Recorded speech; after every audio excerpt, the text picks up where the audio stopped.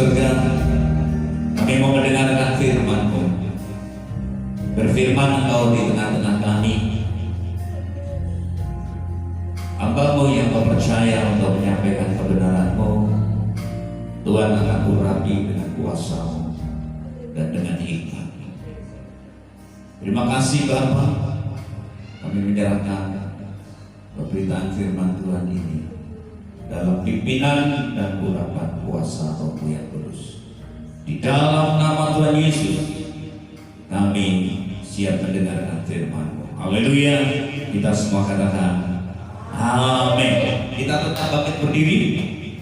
Kita akan buka Alkitab kita yang terdapat di dalam surat Yakobus pasalnya yang kelima. Yakobus pasalnya yang kelima,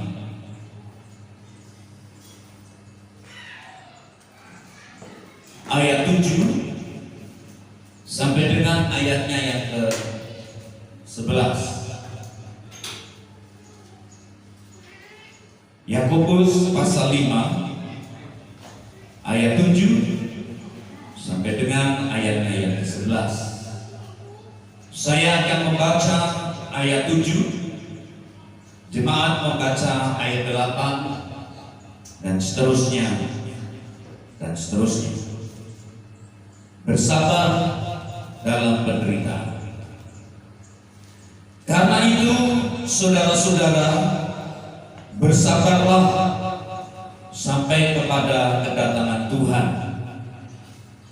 Sesungguhnya petani menantikan hasil yang berharga dari tanahnya, dan ia sabar sampai telah turun hujan musim gugur dan hujan musim semi. Ya, kamu juga harus bersabar dan harus memasukkan hatimu, karena kedatangan Tuhan sudah dekat. Saudara-saudara, janganlah kamu bersungut-sungut dan saling mempersalahkan, supaya kamu jangan dihukum. Sesungguhnya hakim telah berdiri di ambang pintu. Ya. Saudara-saudara, turutilah dalam penderitaan dan kesabaran para nabi yang telah berjasa jadi dahulu. Sesungguhnya kami menyebut mereka berbahagia, yaitu mereka yang telah bertekun. Kamu telah mendengar tentang ketekunan Ayub, dan kamu telah tahu apa yang pada akhirnya disediakan Tuhan baginya. Karena Tuhan Maha Penyayang dan penuh belas kasih. Tuhan Yesus berkati. Silakan duduk. Renungan kita di minggu ini akan saya kasih judul ketekunan yang membawa kemenangan. Kita katakan bersama-sama, ketekunan yang membawa kemenangan. 1, 2, 3. Ketekunan yang membawa kemenangan. Ya. Saudaraku, tidak ada satu kemenangan tanpa disertai dengan perjuangan. Seorang kalau dia ingin menang dalam suatu perlombaan, maka dia harus ikut andil dalam pertandingan. Setiap kita diperhadapkan kepada satu pertandingan iman. Jadi hidup kita di dunia ini adalah hidup di areal gelanggang pertandingan iman. Tidak terkecuali siapapun kita, baik saya sebagai seorang hamba Tuhan maupun pelayan Tuhan, dan jemaat sebagai jemaat Tuhan. Status kita sama, bahwa kita sekarang berada di dalam gelanggang pertandingan iman. Dan di dalam pertandingan itu ada dua kemungkinan: menang atau kalah.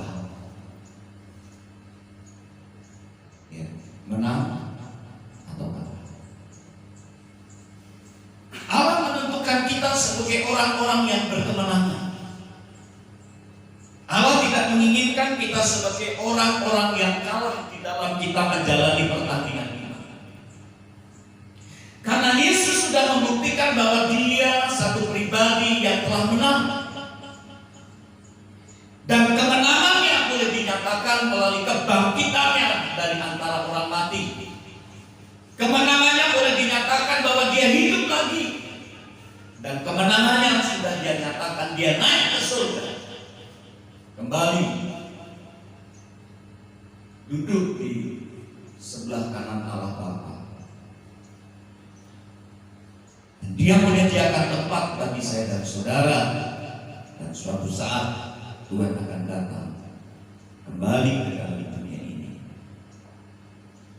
Untuk diadakan ke dalam dunia ini, saudaraku, Dia ingin menemukan umatnya, menemukan gerejanya yang setia memelihara iman di tengah-tengah tantangan dan kesulitan dunia ini.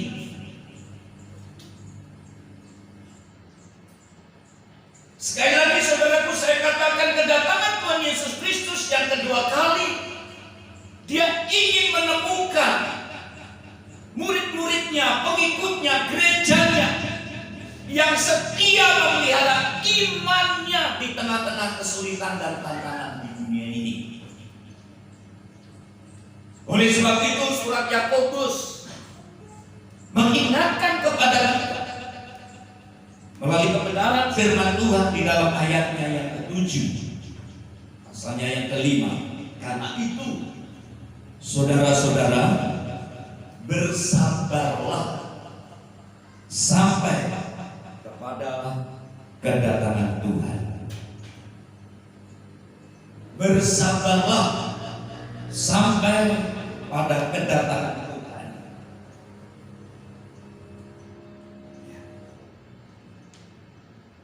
Hari ini kita mau diajar oleh Tuhan bersabar.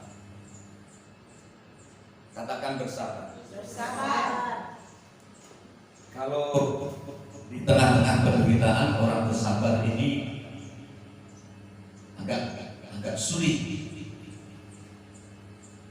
Apalagi di tengah-tengah kesusahan dan kesukaran, kita bersabar untuk menjalankan kesetiaan kita, ketaatan kita kepada Tuhan. Ya, saudaraku, kenapa kita harus bersabar dan kita harus hidup di dalam ketekunan di dalam Tuhan?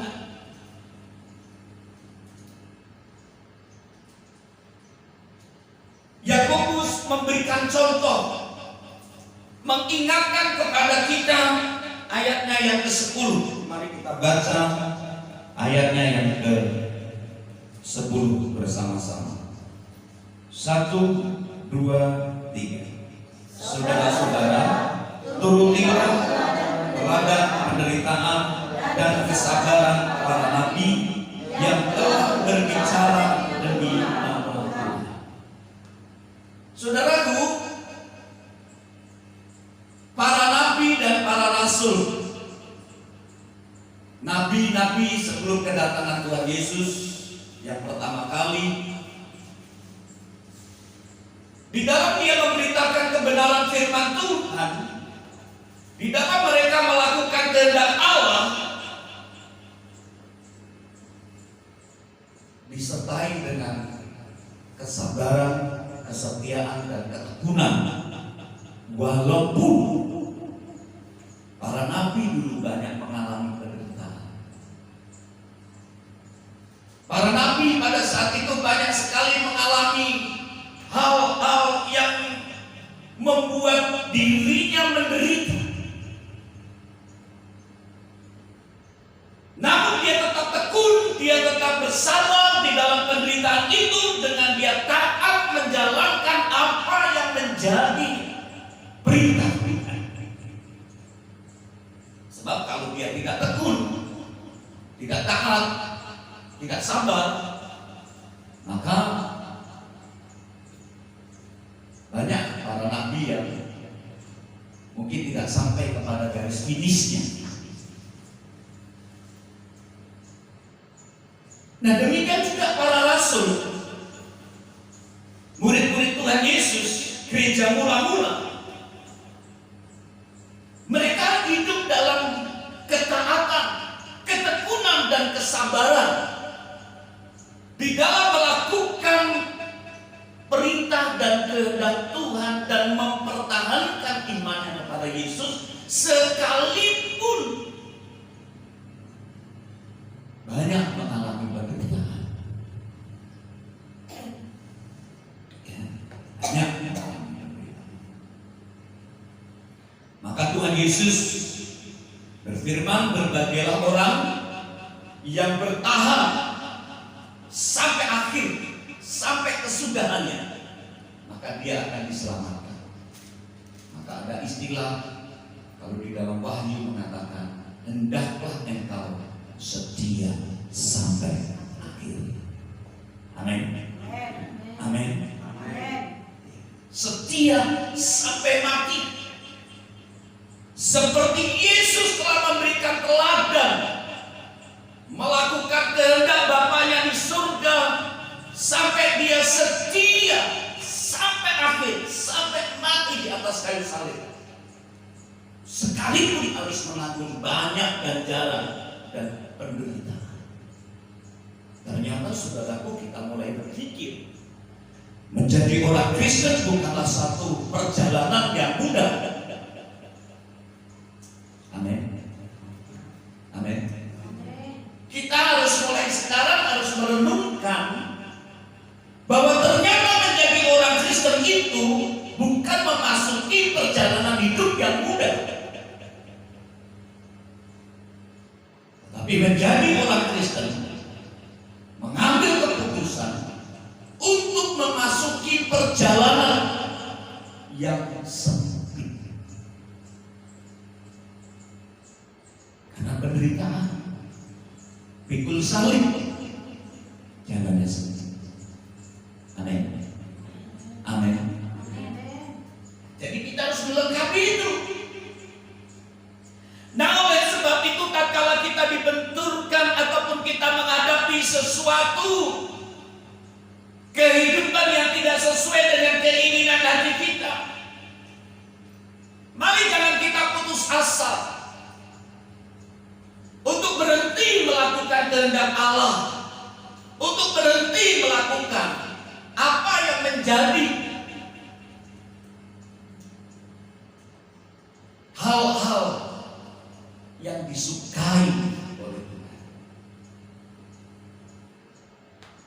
Ya, kita bersabar di tengah-tengah situasi kondisi sekarang ini,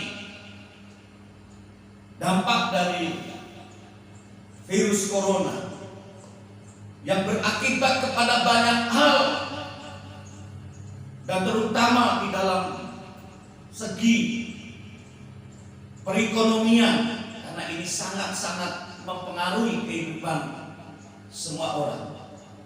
Sesusah-susah apapun hidup kita, mari jangan kita putus asa untuk kita terus berjuang mempertahankan iman kita sampai kepada akhir kehidupan kita. Amin. Ingat bahwa Tuhan tidak akan pernah meninggalkan kita. Tuhan selalu ada di dalam hidup kita.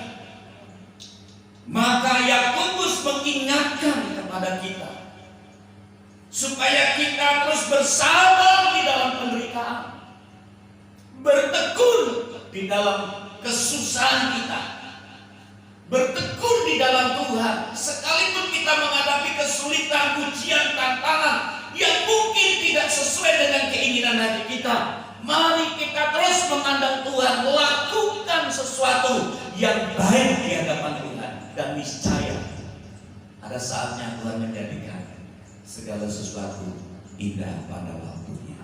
Beri kemuliaan bagi Tuhan. Saudaraku, ini kebenaran firman Tuhan. Yakobus mengutip satu perjalanan seorang abdi Tuhan, dan kita semua pernah mendengar berita tentang siapa dia. Dia adalah Ayub.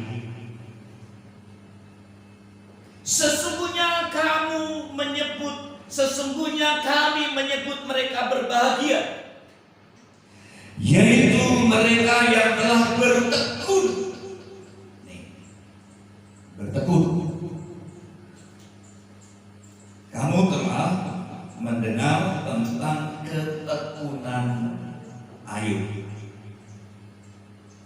dan kamu telah tahu apa yang pada akhirnya disediakan Tuhan baginya, karena Tuhan Maha Penyayang dan penuh belas kasih.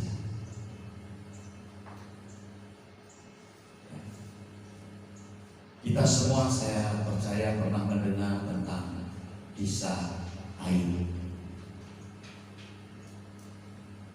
Mari kita lihat, kita buka sejenak kitab Ayub, supaya kita mau belajar hari ini tentang ketekunan Ayub.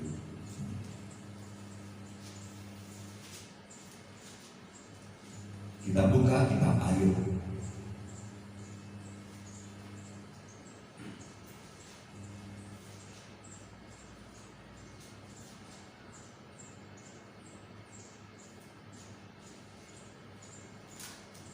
pasal 1.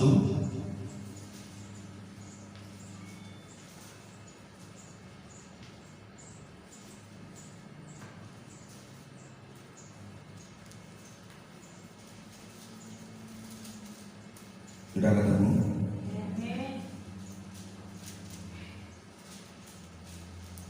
Kita baca Ayub pasal 1 ayat 1.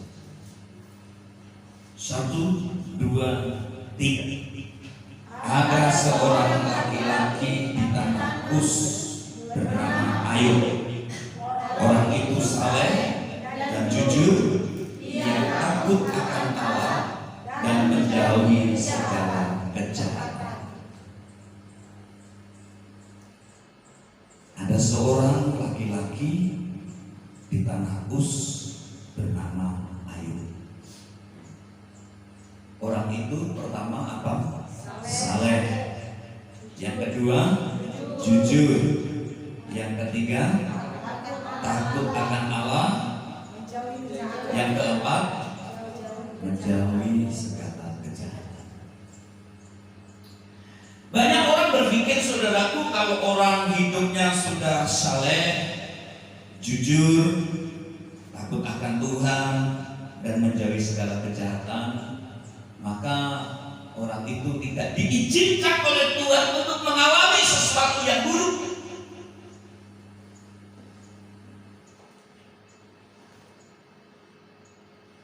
Sehingga banyak orang yang merasa putus asa di hadapan Tuhan. Dan kalau ujian datang menerpa di dalam hidupnya, dia berkata kepada Tuhan, Tuhan, apa kurangnya saya? Saya ini sudah hidup saleh. Saleh itu bisa dikatakan orang yang setia menjalankan tata cara agamanya. Saleh, enggak munafik.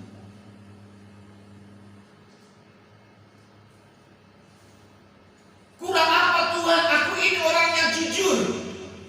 Jujur ini yang di atas ya, tidak di atas tidak.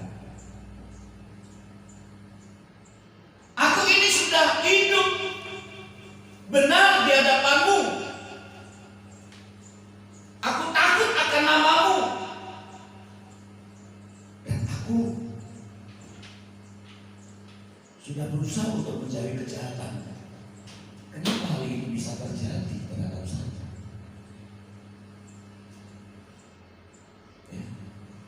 Perhatikan saudaraku, banyak orang akhirnya merasa putus asa. Dia tidak lagi hidup saleh, dia tidak lagi hidup takut akan Tuhan, dia tidak lagi hidup jujur, dan dia berkata begini, lebih baik aku jahat. Aku sudah baik, ternyata sesuatu yang buruk terjadi sama saya. Berarti Tuhan nggak sayang sama saya. Percuma saya lakukan semuanya ini. Banyak orang yang putus asa seperti itu. Tapi hari ini kebenaran firman Tuhan mengatakan bersabar dan bertekun di dalam penderitaan. Katakan amin. Bukannya orang yang jujur, orang yang saleh takut takut akan Tuhan, menjauhi segala kejahatan, nggak diuji oleh Tuhan. Ya. Jadi hidup kita ini, saudaraku, adalah pertandingan iman. Sampai kepada garis finish kita harus menang, menjadi pemenang. Yakobus memberikan gambaran perjalanan hidup Ayub dalam kehidupan orang Kristen gereja mula-mula, supaya umat Tuhan pada saat itu tetap tekun di dalam melakukan kehendak Allah sampai Tuhan Yesus datang. Demikian juga kita sebagai gereja Tuhan, umat Tuhan yang hidup di akhir zaman ini, kita harus tekun melakukan kehendak Allah. Apapun yang terjadi dalam hidup kita, apapun yang terjadi di dunia ini, kita harus tetap tekun dan setia melakukan kehendak Allah sampai kedatangan Tuhan kita Yesus Kristus yang kedua kali. Amin. Saudaraku, ini kesalehan, kejujuran, hidup takut akan Allah dan menjauhi segala kejahatan yang dimiliki oleh Ayub, itu diakui oleh Tuhan. Berarti Ayub memang memiliki kehidupan yang benar-benar seperti itu di hadapan Tuhan.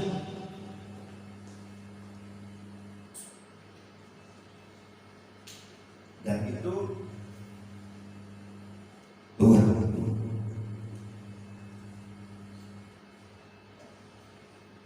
sampaikan kepada iblis.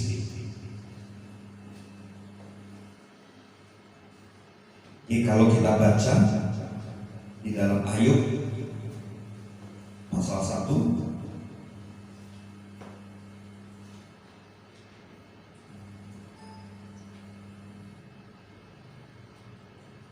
ayat 6 mulai. Saya bacakan demikian.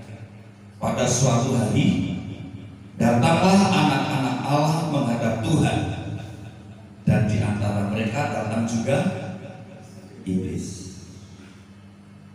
Maka bertanyalah Tuhan kepada iblis, "Dari mana engkau?" Lalu jawab iblis kepada Tuhan, "Dari perjalanan mengelilingi dan menjelajah bumi."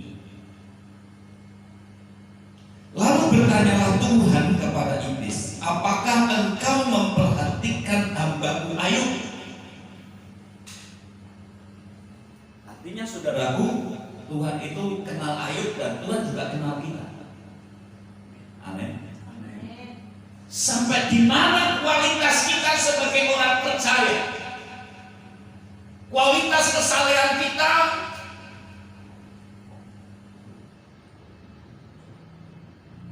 kualitas hidup takut akan Tuhan, kualitas hidup kita dalam menjauhi segala kejahatan, dan kualitas kejujuran. Tuhan tahu kualitas Ayub, dan Tuhan juga tahu kualitas hidup kita. Gak ada yang tersembunyi. Katakan amin. Lalu bertanyalah Tuhan kepada iblis, "Apakah engkau memperhatikan hamba-Ku Ayub? Sebab tidak ada, ataupun sebab tiada seorang pun di bumi seperti dia, yang demikian saleh dan jujur, yang takut akan Allah dan menjauhi segala kejahatan." Nah, itu saudara. Jadi diakui Tuhan. Lalu jawab iblis kepada Tuhan, "Apakah dengan tidak mendapat apa-apa Ayub takut akan Allah? Bukankah engkau yang membuat pagar sekeliling dia dan rumahnya serta segala yang dimilikinya? Apa yang dikerjakannya telah kau berkati, dan apa yang dimilikinya makin bertambah di negeri ini. tetapi ulurkanlah tanganmu, berikan kekayaan.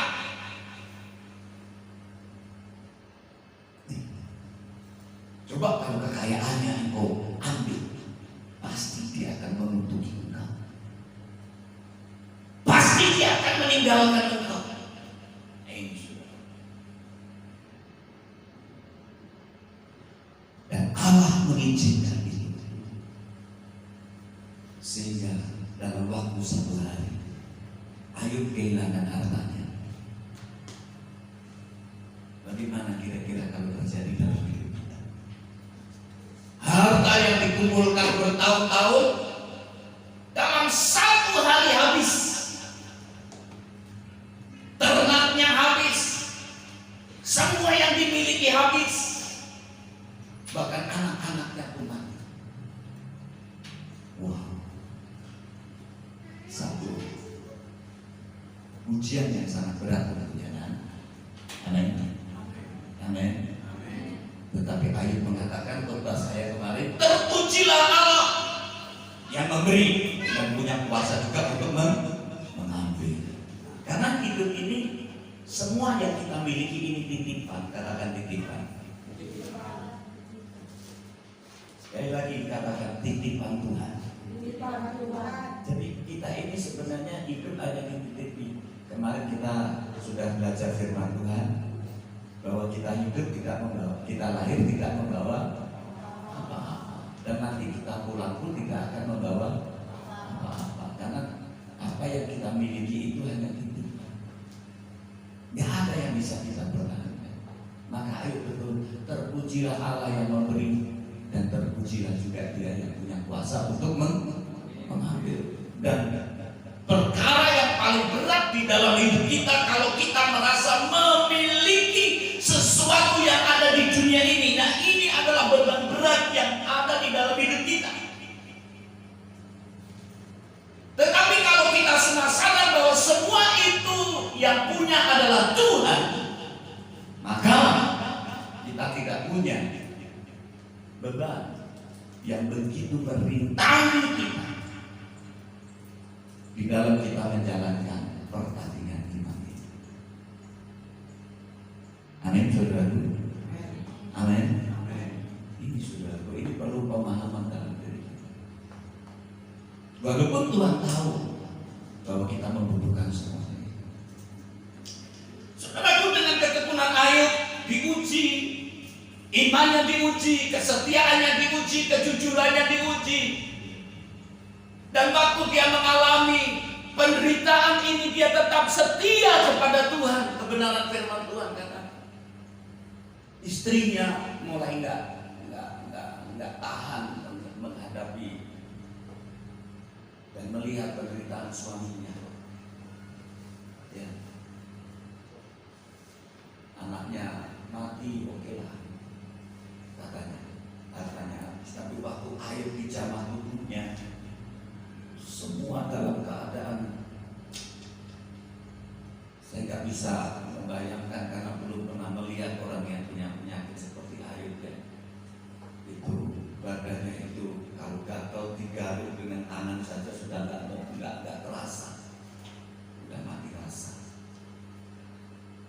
Dia harus berdiam di depan api, dan kalau ada benda yang keras dia garuk.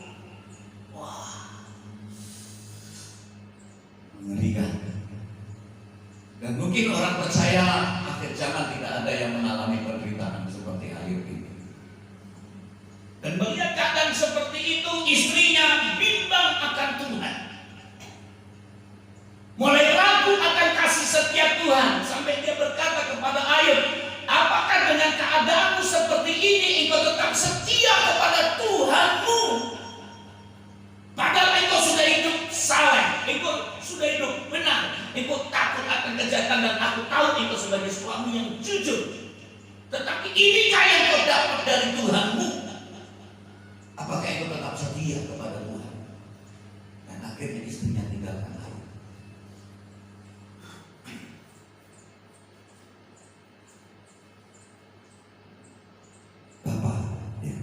Bapak Ibu yang dikasihi,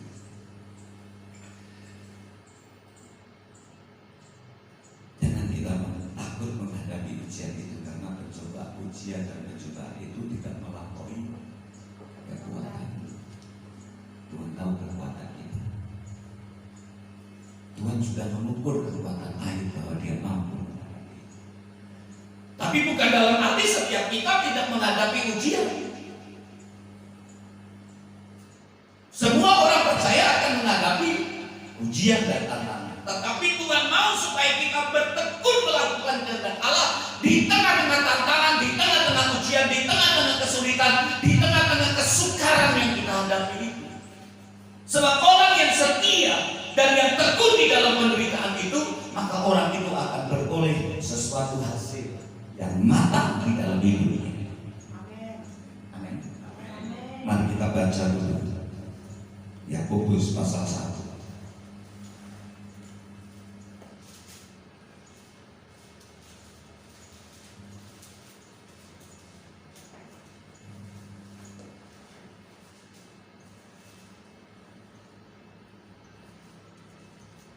Ayat 2.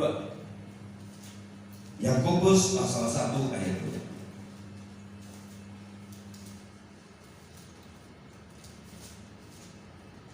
Ayat 2 sudah ketemu? Mari kita baca bersama sampai dengan ayatnya yang keempat. Saya baca 2, jemaat baca ayat 3 ya. Iman dan hikmat. Saudara-saudaraku, anggaplah sebagai suatu kebahagiaan apabila kamu jatuh ke dalam berbagai-bagai pencobaan. Ya. Sebab kamu tahu bahwa ujian terhadap imanmu itu menghasilkan ketekunan. Ayat 4 kita baca bersama 1, 2, 3. Dan biarlah ketekunan itu memperoleh buah yang matang, supaya kamu menjadi sempurna dan utuh dan kekurangan suatu apapun. Yakobus berbicara kepada gereja mula-mula, kepada jemaat Tuhan mula-mula, supaya mereka jangan bersedih, jangan berduka, jangan berputus asa apabila mereka mengalami banyak penderitaan. Dan hari ini kebenaran firman Tuhan mengajar kepada kita, jangan kita berduka, jangan kita putus asa, jangan kita lemah, dan jangan kita berhenti untuk melakukan kehendak Tuhan di tengah-tengah kesulitan yang kita hadapi. Katakan amin. Sebab kadang Tuhan memakai kesulitan, ujian, pencobaan yang menerpa di dalam hidup kita itu untuk menguji iman kita. Apakah di situ kualitas iman kita betul-betul berdasarkan dari keyakinan kita terhadap Tuhan, atau karena hal-hal yang bersifat duniawi. Jadi kalau ketekunan atau kalau ujian itu diibaratkan untuk memurnikan iman kita, dibakar di dalam api untuk membuktikan betul-betul emas atau bukan. Kekristenan yang sejati di tengah-tengah tantangan, di tengah-tengah kesulitan, di tengah-tengah bahaya, dia tidak akan pernah berhenti melakukan kehendak Tuhan, tetapi dia akan menunjukkan ketekunannya di dalam Tuhan. Beri kemuliaan bagi Tuhan. Sebab kamu tahu bahwa ujian terhadap imanmu menghasilkan apa? Ketekunan. Katakan ketekunan. Ketekunan teguh. Ketekunan.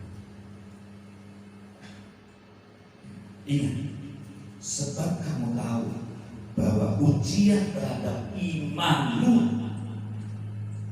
Kemarin saya sudah menyampaikan, ingat kalau Bapak Ibu lihat di YouTube, perlu diulang lagi bahwa kadang Tuhan memakai kesulitan-kesulitan di dalam hidup kita itu, ya, itu untuk menguji iman kita. Nah, oleh sebab itu, tatkala kita menghadapi sesuatu yang buruk, kita harus berusaha menyesuaikan, menselaraskan sesuatu yang terjadi di dalam hidup kita itu dengan kehendak dan rencananya Tuhan. Nah, untuk menemukan itu yang perlu membutuhkan kecerdasan di dalam roh kita. Ya, sebab kamu tahu bahwa terhadap imanmu menghasilkan ketekunan. Ayo membuktikan itu. Ayo membuktikan itu. Sekalipun dia harus kehilangan semua yang dia miliki, tetapi tidak membuat dia kehilangan Tuhan di dalam dirinya.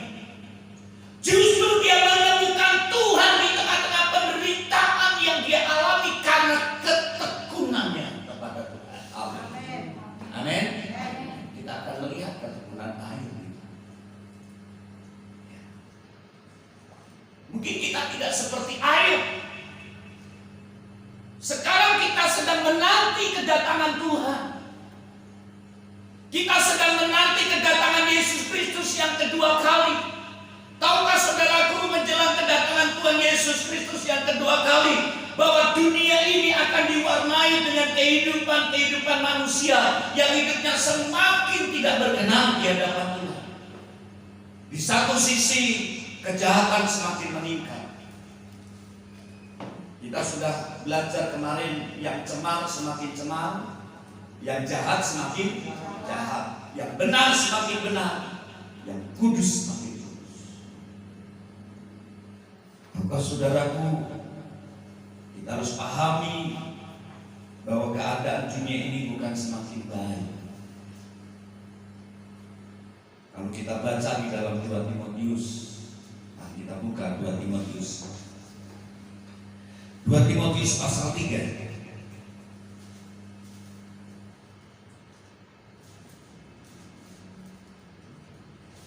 Saya tidak membahas ini, tetapi saudara bisa mengerti tentang ini. Gambarannya 2 Timotius pasal 3 ayat 1 sampai dengan ayatnya yang ke-5.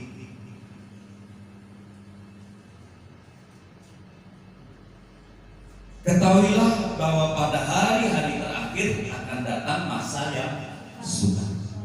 Dampak dari masa yang sukar akan mengakibatkan manusia akan mencintai dirinya sendiri.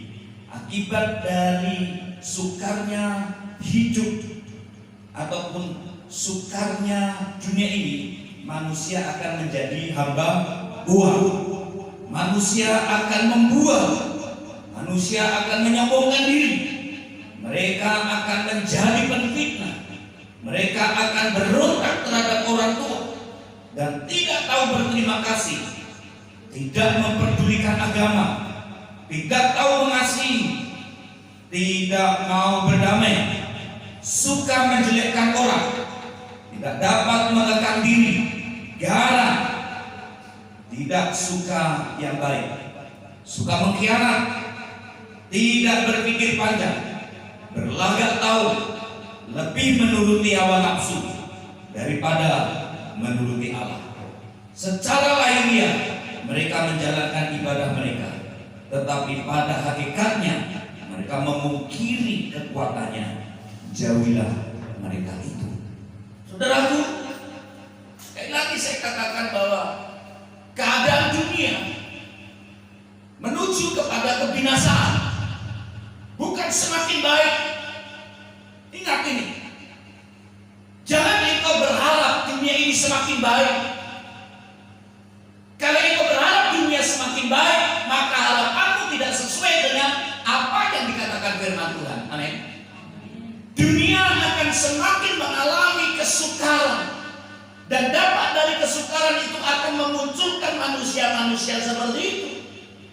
Nah, oleh sebab itu kebenaran firman Tuhan ini mengajar kepada kita untuk kita bertekun dalam melakukan kehendak Allah. Apabila kita menghadapi masa kesukaran ataupun masa sukar, yang mungkin saat ini juga kita alami dalam masa yang sukar, jangan kita memiliki tipe-tipe kehidupan orang-orang seperti di dalam 2 Timotius pasal 3 ayat 2 sampai ayat 5. Amin. Tetapi Tuhan mau supaya kita bertekun melakukan kehendak Allah, supaya tak kala Tuhan Yesus nanti datang ke dalam dunia ini, betul-betul dia menjumpai iman di bumi, iman di dalam hidup kita, iman di dalam hidupku dan hidup hidupmu yang betul-betul menurut standarnya Tuhan. Haleluya. Haleluya. Seperti Allah mendapatkan iman dan ketekunan Ayub sesuai dengan standarnya Tuhan dan betul-betul di hadapan Tuhan, begitulah kualitasnya Ayub.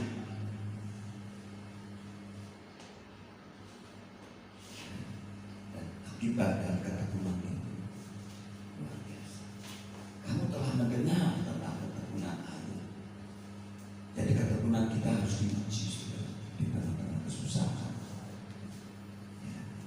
Maka Yakobus mengajarkan kepada kita untuk hari ini kita bertekun, dan ketekunan itu harus menghasilkan kepada satu kemenangan. Amin.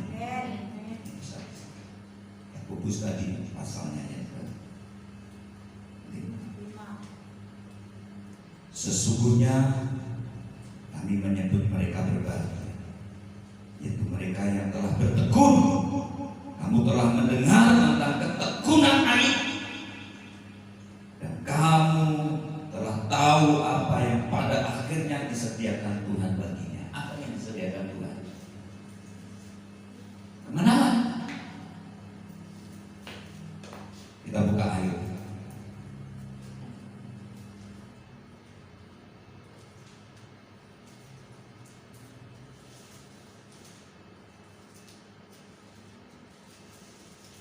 Ayub pasal 42. Judulnya keadaan Ayub dipulihkan.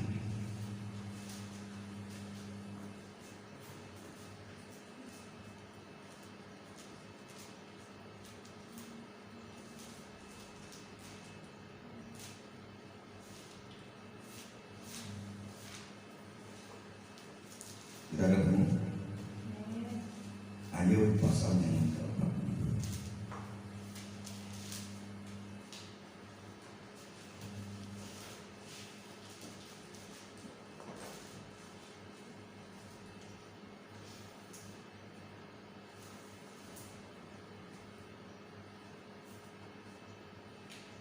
Mari kita baca ayatnya yang kelima.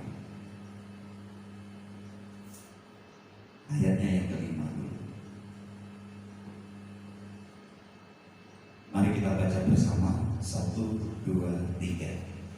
Hanya dari kata orang saja aku mendengar tentang engkau, tetapi sekarang mataku sendiri memandang engkau. Kadang saudaraku, kita bisa merasakan kehadiran Tuhan dalam penderitaan, dalam ujian. Katakan amin. Sebelum Ayub mengalami penderitaan seperti yang dia rasakan dan dia alami, dia hanya mendengar bahwa Tuhan itu ada, Tuhan itu Maha Pengasih, Tuhan itu Maha Penyayang, Tuhan itu Maha Dahsyat. Itu hanya kata orang, tapi dia tidak mengalami. Tapi setelah dia menghadapi penderitaan seperti itu, dia bersaksi bahwa selama ini aku mendengar dari orang tentang engkau, tetapi hari ini mataku melihat bahwa engkau adalah Tuhan yang dahsyat. Amin. Ya kan? Coba kalau kita baca kitab Wahyu, kitab yang paling terakhir, itu diperoleh oleh seorang rasul namanya Rasul Yohanes. Bukan di saat dia hidup di dalam kenyamanan dia memperoleh kitab Wahyu itu, tetapi di saat dia dibuang di Pulau Patmos, hidup di dalam penderitaan, hidup di dalam kesukaran. Kadang dia makan, ada yang dimakan, ada yang nggak bisa dia makan. Hari ini dia bisa makan, besok nggak ngerti lagi karena hidup dalam pembuangan. Karena Injil dia dibuang oleh Kaisar Romawi di Pulau Patmos, tidak ada kehidupan di sana. Yang mengalami penderitaan di sana. Tapi di tengah-tengah penderitaan itu Tuhan mewahyukan kitab yang ditulis oleh siapa? Yohanes. Sampai dia melihat Tuhan. Sampai Tuhan membukakan rahasia-rahasia kehidupan di akhir zaman. Tuhan membukakan rahasia kehidupan surga terhadap Yohanes. Bukan di saat Yohanes hidup di dalam kenikmatan dunia, tetapi justru dia hidup di dalam penderitaan karena salib, karena menjadi saksi Kristus. Si Saba ini Ayub juga begitu.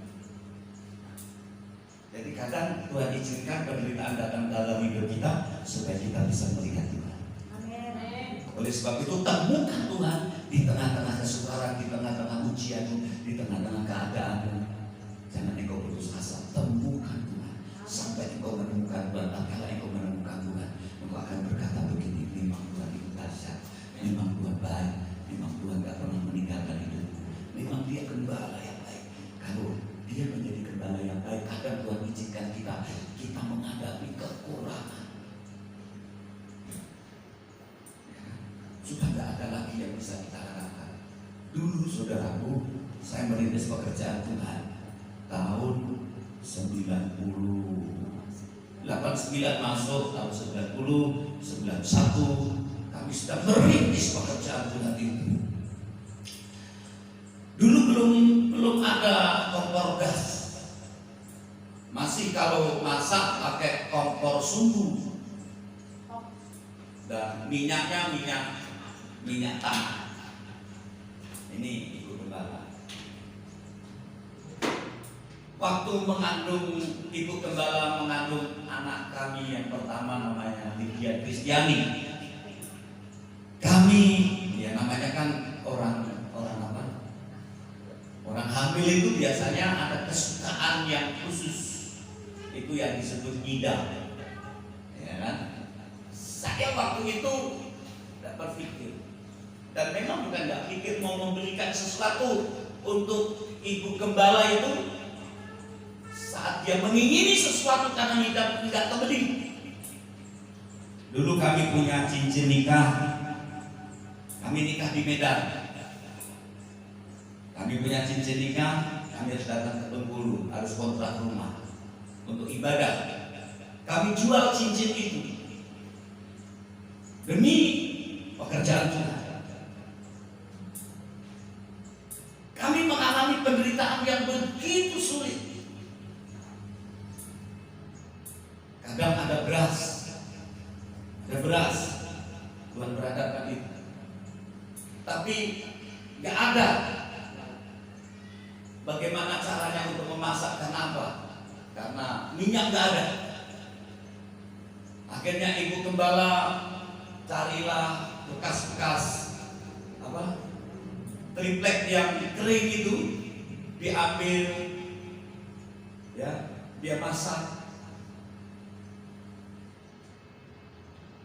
Ada beras, nggak ada minyak. Ada minyak, nggak ada yang dimasak. Sering kami puasa terpaksa. Beras hanya 1 canting, ada 4 orang di pastori. Bagaimana caranya? Dibubur. Kalau saya mau pelayanan di desa, saya punya motor dulu GL 100. Saya tap dulu minyaknya. Ini nyampe nggak di sana? Pulang pergi, jangan sampai nanti kehabisan minyak di tengah jalan, jadi menderita kan gitu kan. Saya bisa mengukur, oh ini masih cukup. Berapa? Tak berpikir, namanya pelayanan di desa, persembahan berapa? Tidak berpikir, kami harus membiayai itu. Saya harus narik angkot, saya harus ngojek setiap malam, ya, untuk pekerjaan Tuhan. Sampai saya bilang dengan Ibu Gembala, kita tinggalkanlah Bengkulu. Tapi Ibu Gembala bilang, enggak, sampai Tuhan Yesus datang, kita harus di Bengkulu. Jatuh bangun, kita harus di Bengkulu. Wah, itu beri kemuliaan begitu. Karena waktu itu klien kami di desa-desa di Karangpulo 135 kilo kami harus naik motor. Pamor Ganda 100 kilo harus naik motor. Bengkulu Selatan di Tais 65 kilo masuk ke daerah transmigrasi. Kami tidak punya donatur, kami tidak punya orang-orang yang membantu kami. Tapi kami punya Tuhan. Hingga saat ini ada, itu karena kemurahan Tuhan. Ya, saudara. Saya tidak pernah berpikir bisa bertahan melayani Tuhan. Tetapi saya percaya orang yang bertekun dalam melakukan kehendak Tuhan, pada akhirnya pasti Tuhan akan melakukan hal-hal yang luar biasa dalam hidup kita. Berkali-kali.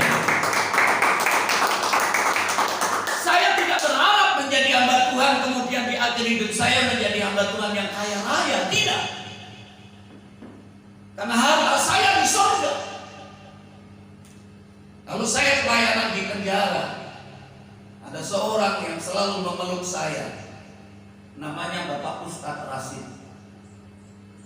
Saya ingat banget waktu itu masih itu, setiap saya pelayanan di LP pulang saya dipeluknya. Saya salut dengan Bapak Pendeta Panca ini. Walaupun melayani di LP kami tidak bisa memberi apa-apa, tetapi tetap setia. Saya bilang kepada Bapak ini, upah saya besar di surga, Pak.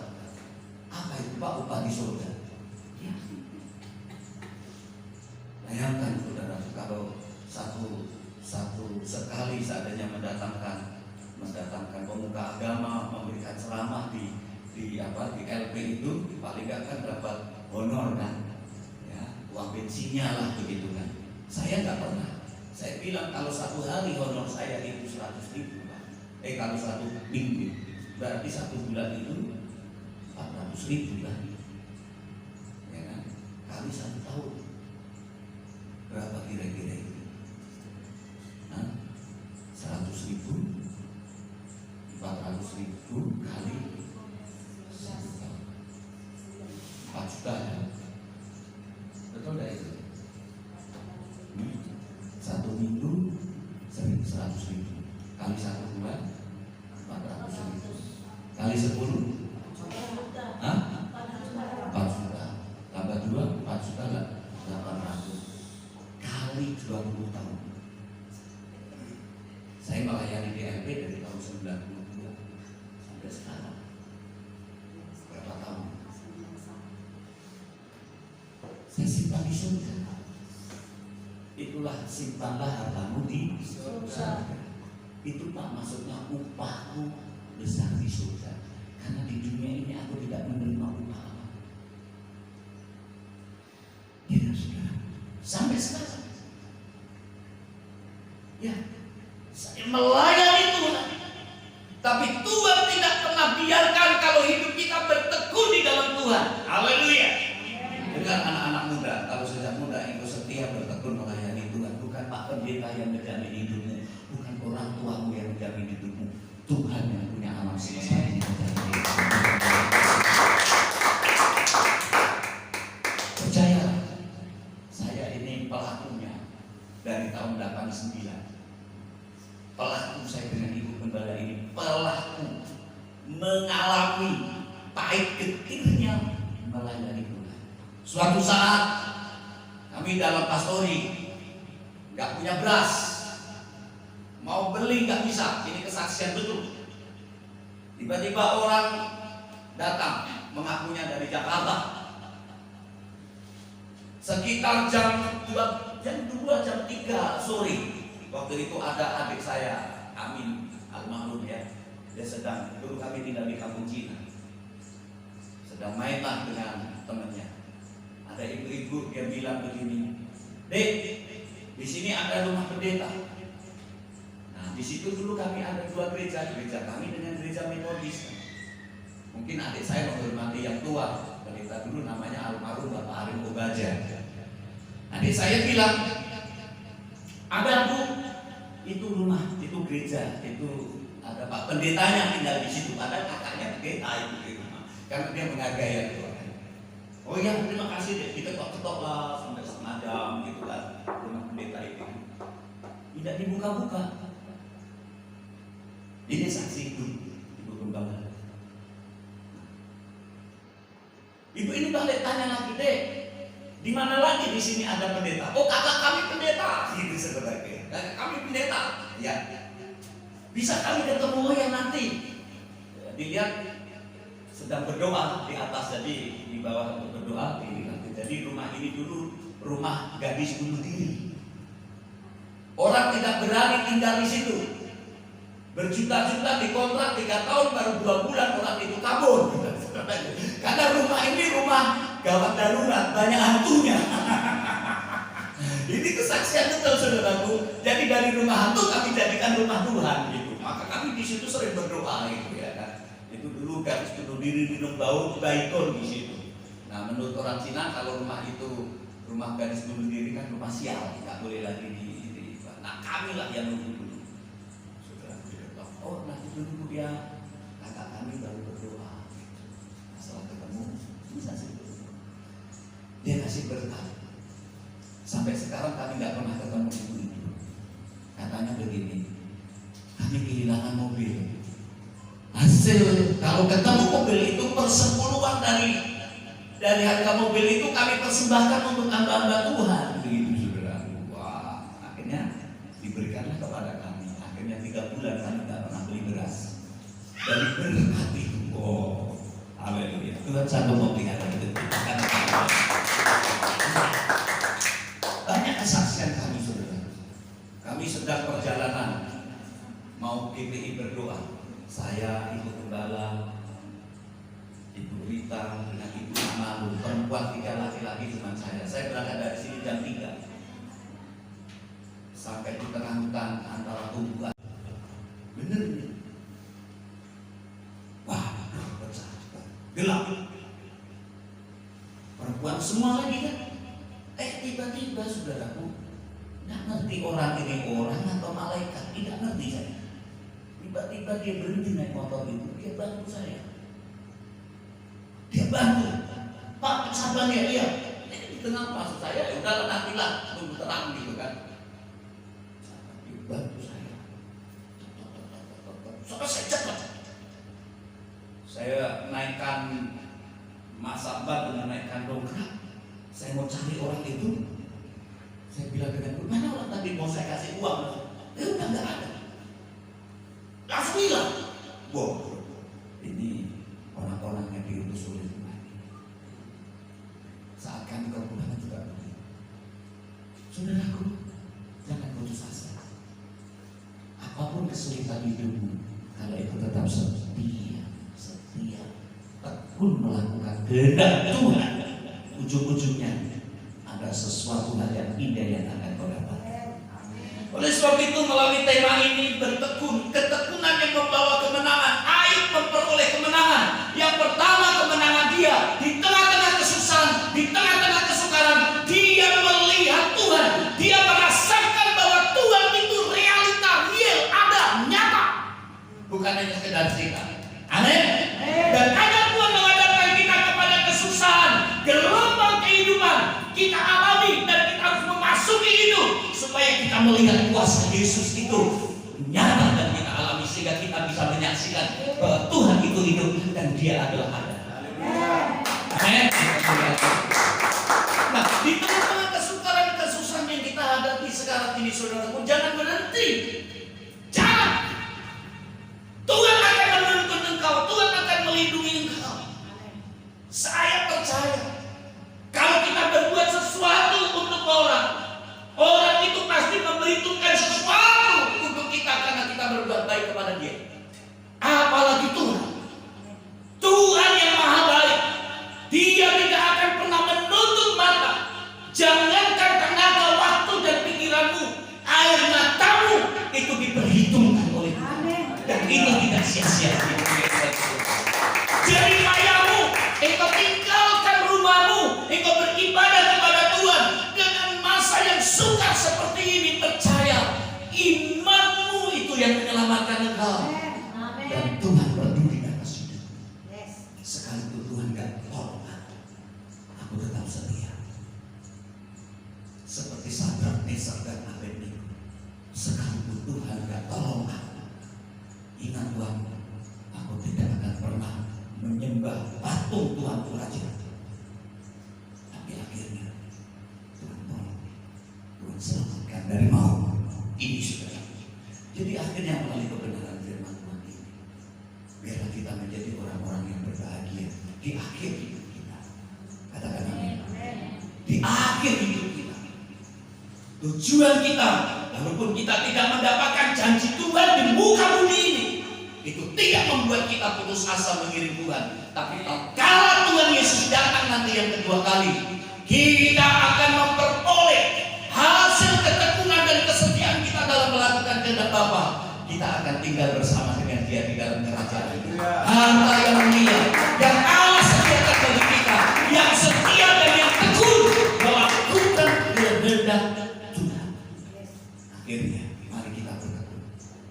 Amin. Bertekun melakukan kehendak Tuhan. Katakan amin. Dan bertekun melakukan kehendak Tuhan bukan berharap tentang harta dunia ini, tetapi yang utama kita bertekun di dalam Tuhan untuk kita memperoleh pahala surgawi, berkat kekekalan dalam kerajaan surga. Dan inilah kemenangan di atas semua kemenangan. Masuk dalam sukacita Tuhan. Tuhan Yesus memberkati Tuhan. Firman Tuhan hari ini. Haleluya. Mari kita bangkit berdiri. Kita saat teduh di hadapan Tuhan. Haleluya. Kita mengucap syukur. Tundukkan hati kita, rendahkan hati kita. Kantung mutakun aku mau setia.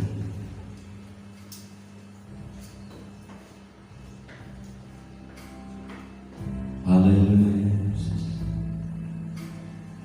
Terima kasih Tuhan.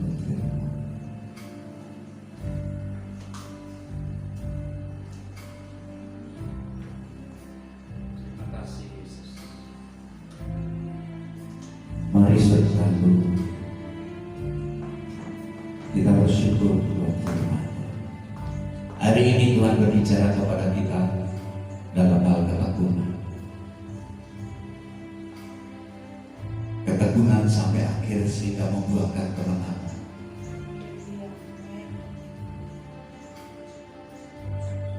Saya mau iring Yesus. Saya mau iring Yesus sampai selama-lamanya.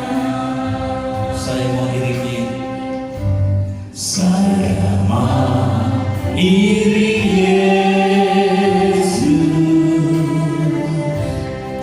Saya mau iring Yesus sampai selama-lamanya. Meskipun saya susah, meskipun saya susah menerima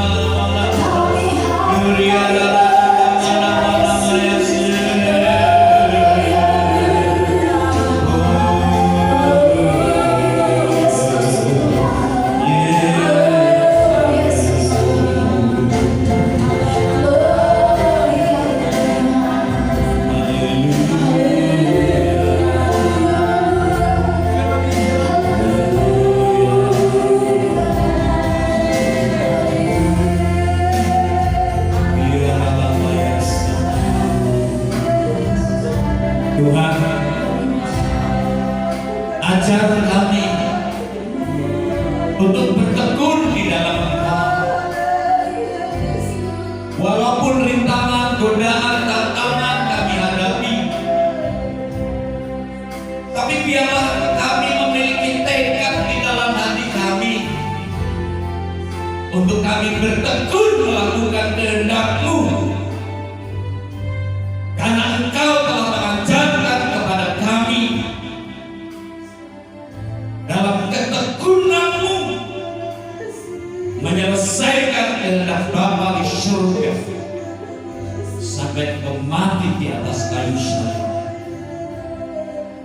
Penderitaan ringan yang kami hadapi tidak sebanding dengan penderitaan yang Engkau hadapi ya Tuhan.